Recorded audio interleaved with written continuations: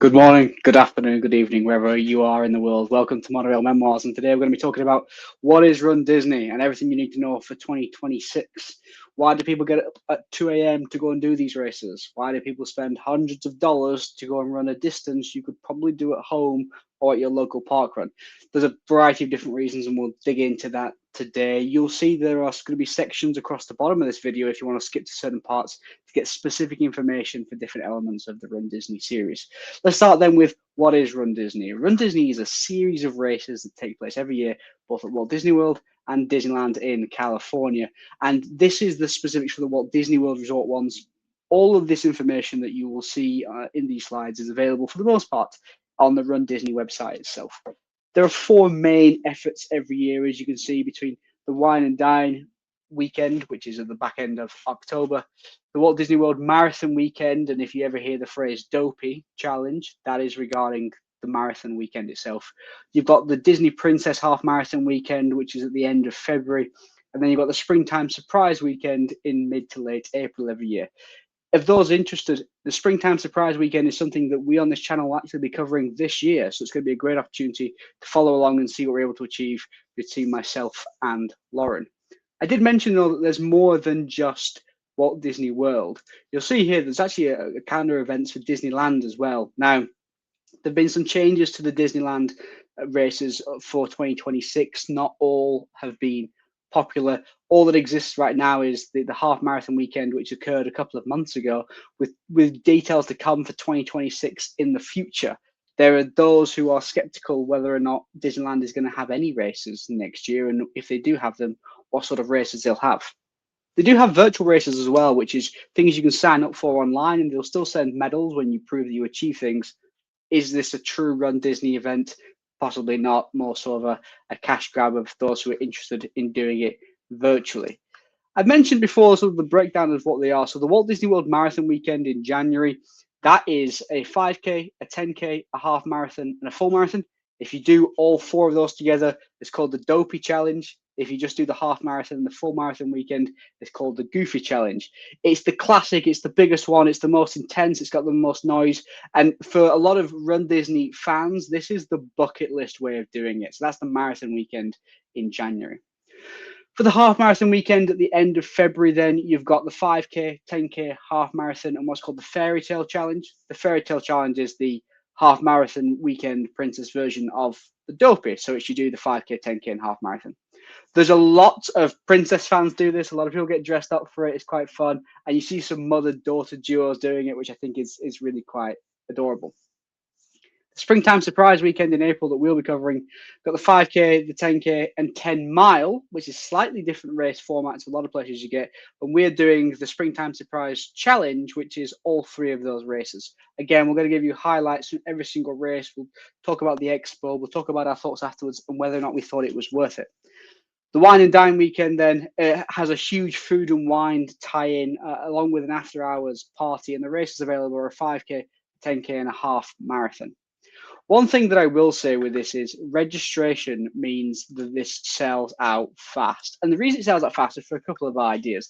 A lot of people are addicted to Disney stuff.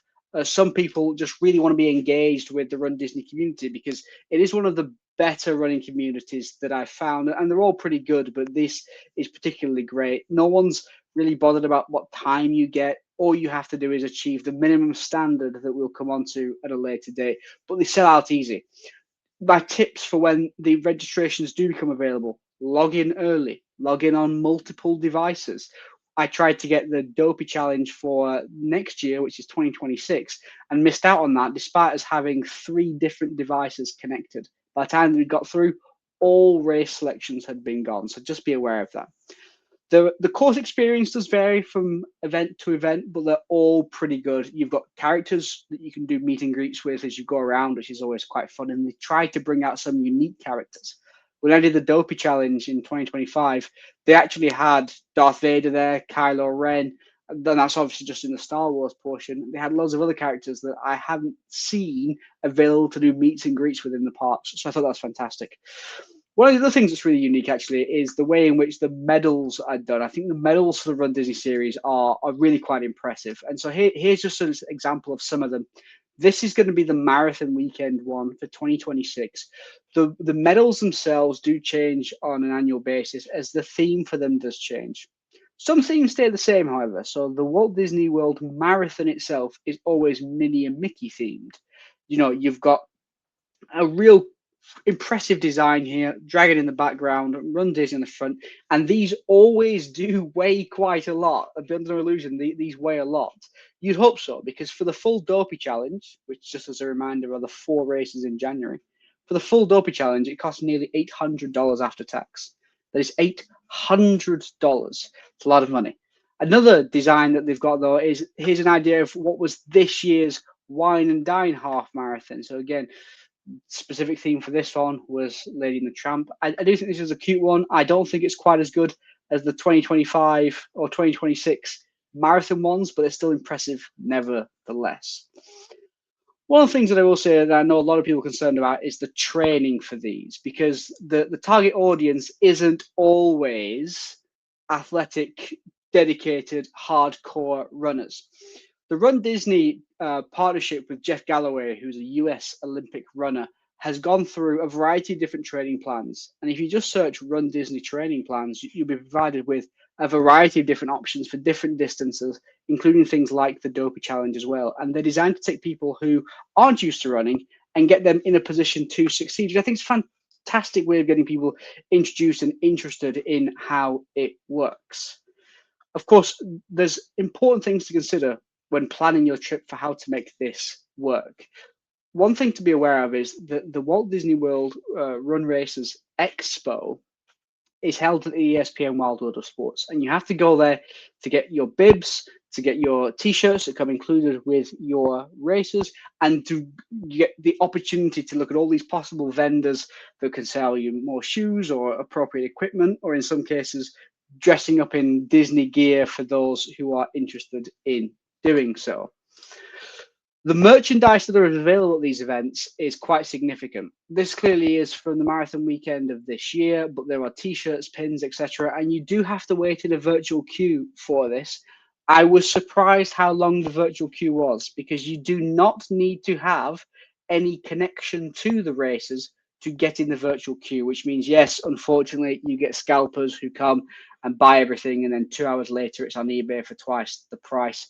I struggled to get some gear, as did my wife, to be able to make a nice memory of what we achieved with the Dopey Challenge this year. But it's something to be aware of, that this is an option. Let's talk, however, about start times. You can see from the screen here, the start times are very early. So this is from the Springtime Surprise Weekend of 2025. You will be given a group number as you go through the expo. It will be written on your running bib, which has to be clearly visible at all times. I like to put mine on my shorts. I know some people don't like that. Most people would put it on the front of their shirts, but you have to have it somewhere.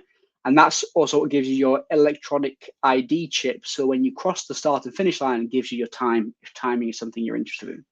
But if you're in the group here, you can see the corral, as these are called, open early. 3:45 for the corral. That's insane. And then depending on what group you are in, depends on your start time.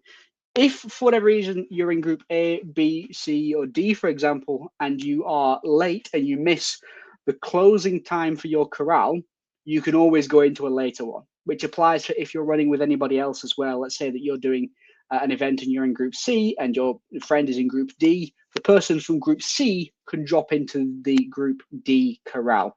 But these are some early start times, so do be aware of that, because it's pretty brutal.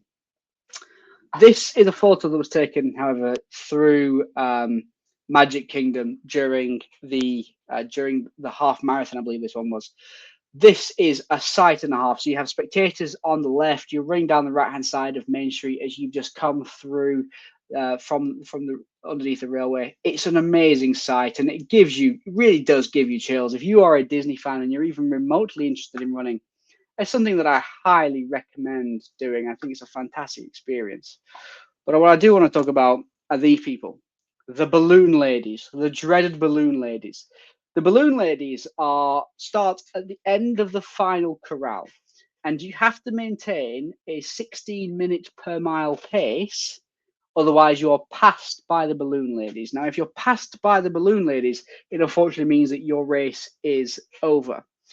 Usually for the 5K events, the balloon ladies aren't there, but they are usually present on 10K and upwards. And the reason for this is because the parks need to open and traffic needs to clear behind you, etc., which is one of the reasons why you start so early.